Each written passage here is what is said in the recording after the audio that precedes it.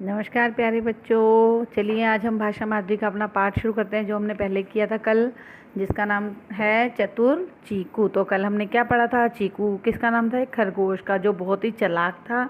रास्ते में उसको जब लोमड़ी मिली नानी के घर जाते हुए, तो उसने उसको क्या कहा कि मैं तो नानी के घर जाऊँगा, दूध मलाई खा के मोटा होकर आऊँगा, तब तुम मुझे खा लेना। तो रास्ते में जाते जाते अब उसको कौन मिला? रास्ते में भेड़िया।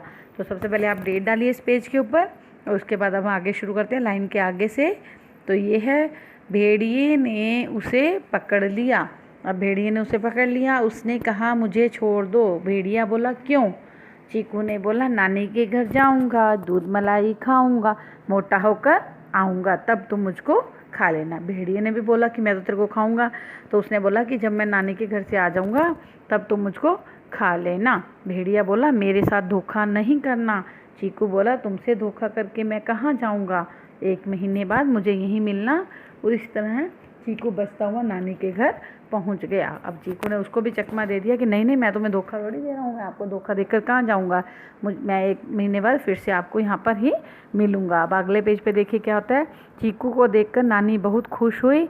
उसने नानी को जंगल की सारी बातें बताई। नानी के घर पर चीकू रोज़ मीठी मीठी गाजर खाता, तरह तरह के फल खाता, मिठाई खाता, वह दूध मलाई खाता। वह सचमुच मोटा हो गया।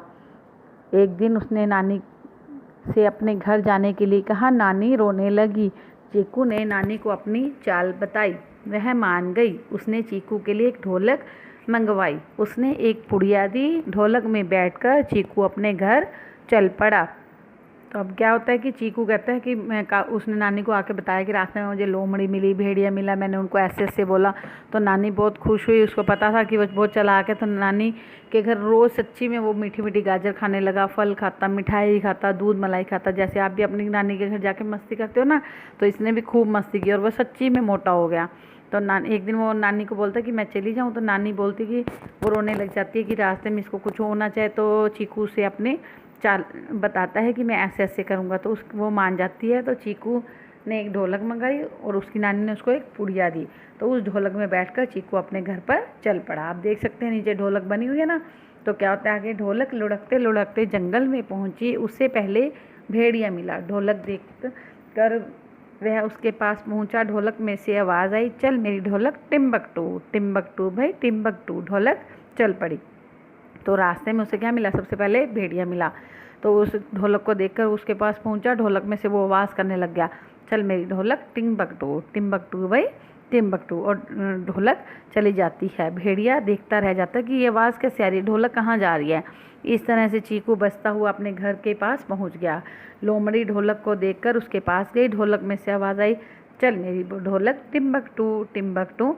लोमड़ी समझ गई कि चीकू ढोलक में छुपा हुआ है। उसने ढोलक को पंजे से फोड़ दिया। अब लोमड़ी तो बड़ी चालाक होती है, वो समझ जाती है कि इस ढोलक के अंदर खरगोश है। तो वो उसको क्या करती है, पंजा मारती है जोर से और ढोलक को तोड़ देती है। चीकू ने तुरंत मिर्च की पुड़िया खोली और लोमड़ी की आंखों की ओर फेंक दी। तो उसके पुड़िया में क्या होता है, लाल मिर्च होती है। तो वो उसकी आंखों में डाल देता है। तो आंखों में मिर्च गिरते ही लोमड़ी चिल्लाती हुई जंगल की ओर भाग जाती है। चीकू बचकर अपने घर में घुस गया। माँ ने उसे प्यार से गले लगा लिया। तो देखो कितना चालाक था ना खरगोश। उसने अपना दिमाग लगाया और दिमाग लगाने से वो भेड़िए से भी बच गया और लोमड़ी से भी बच गया। तो हमें अपना दिमाग ज़रूर चलाना चाहिए, ठीक है ना बेटा। ओके बेटा, आज आपने इस लेसन की रीडिंग कंप्लीट करनी है। Thank you.